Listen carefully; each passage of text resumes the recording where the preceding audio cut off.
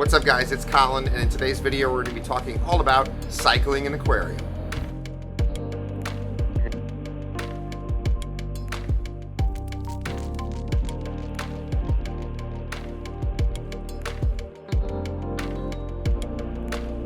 So when we talk about cycling, it's a word we frequently use in the aquarium hobby, but what it really means is it's basically we're creating a biologically safe environment for that fish. So what does this mean? So basically in the home aquarium there's three different forms of nitrogen. So we have ammonia, we have nitrite, and then we have nitrate. So basically when we talk about cycling an aquarium, we have several different things to consider. So basically what we're trying to do when we're cycling is establish a colony of what we call nitrifying bacteria that consume these ammonia products or these nitrogen products. So basically when we want to cycle our aquarium, we're trying to establish a bacterial colony. That way we can keep our ammonia levels zero, our nitrite levels zero, and then our nitrate number, that's the number I like to think about as the fish poop number.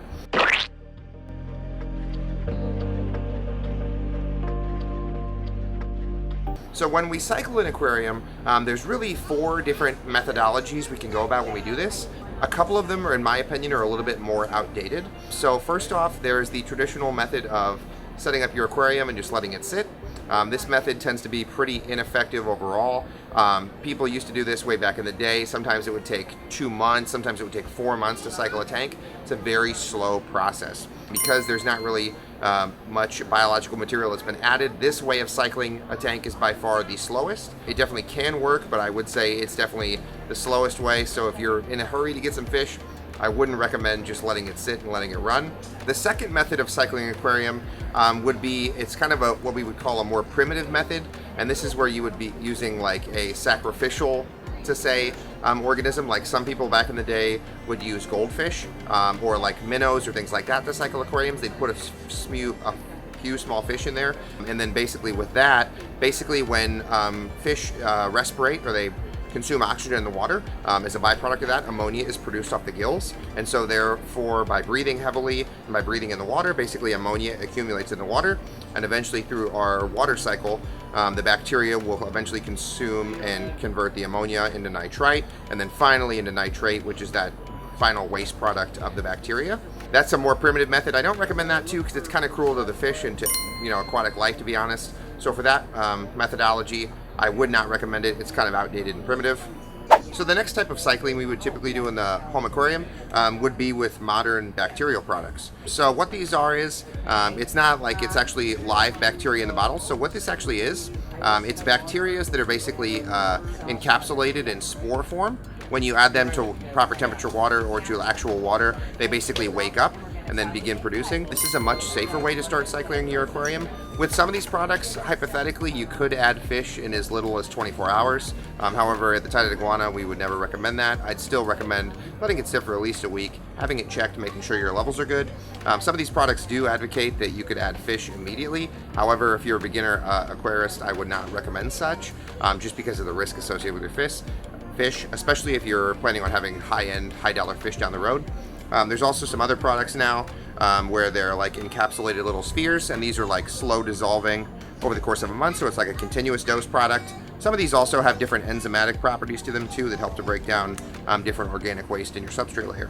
But then again, this method is probably by far the most popular. It's what we usually advocate for, which would be starting a fresh culture with a live bacterial product and then going from there.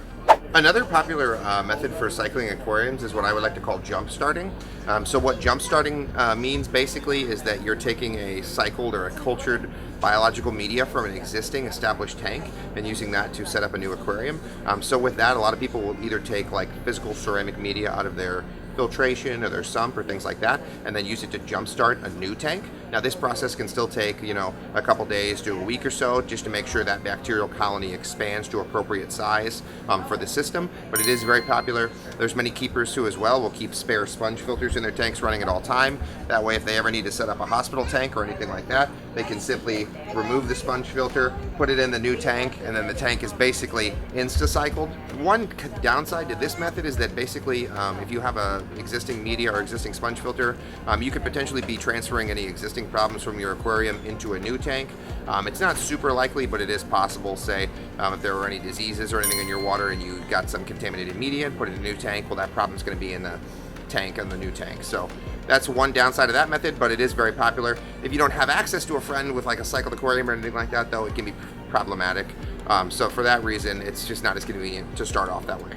And then our last method of cycling aquarium, this is definitely a more advanced method, so I would not recommend it. But if you were interested and you wanted to actively pursue it, you could also just use those nitrifying bacteria products and start with actually using a liquid ammonium chloride. This method is very advanced. I definitely would not recommend it to a beginner because the instance of failure is so high, especially if you accidentally dose the ammonia way too high. You're just going to bomb your entire tank. So for that reason, I would stay away from the ammonium chloride, especially if you're just a beginner.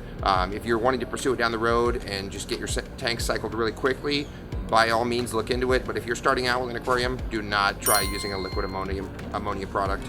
You're just going to have very limited success.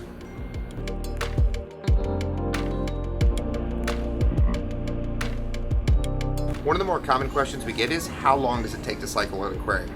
There's a couple different factors that will influence this. So firstly, your water temperature. So because of bacterial growth is inhibited at lower water temperatures, things like oxalotls or colder water systems, they're gonna naturally take longer to establish themselves because your water temperatures are lower, the bacterial expansion factor is a lot lower. The second thing would be how much bacterial surface area do you have in the water. So if you have a bare bottom tank or a glass bottom tank, oftentimes these tanks can take a lot longer to cycle than a tank with a gravel on it or anything like that, or a tank that already has like a built-in filtration media that has a sufficient amount of like biological media in it. Basically here we have a chart, but this basically illustrates the aquarium, like the different products of a nitrogen over time. So as you can see here, with the cycling process, we tend to see these ebbs and flows and these peaks and valleys as far as our ammonia and our nitrite levels. And then over time, eventually, when the tank is fully cycled, you'll see the nitrate number continue to climb. And then the ways we can remove this nitrate is, we'll do it either diluting it by water change, or there's also plants or different filter medias that can consume that nitrate. So once we're to this point too, where our ammonia and nitrite are fully at zero for a stable amount of time, and then our nitrate just continues to build, we know that our aquarium is fully cycled, and that's basically how you can tell your tank's ready to go, ready for fish.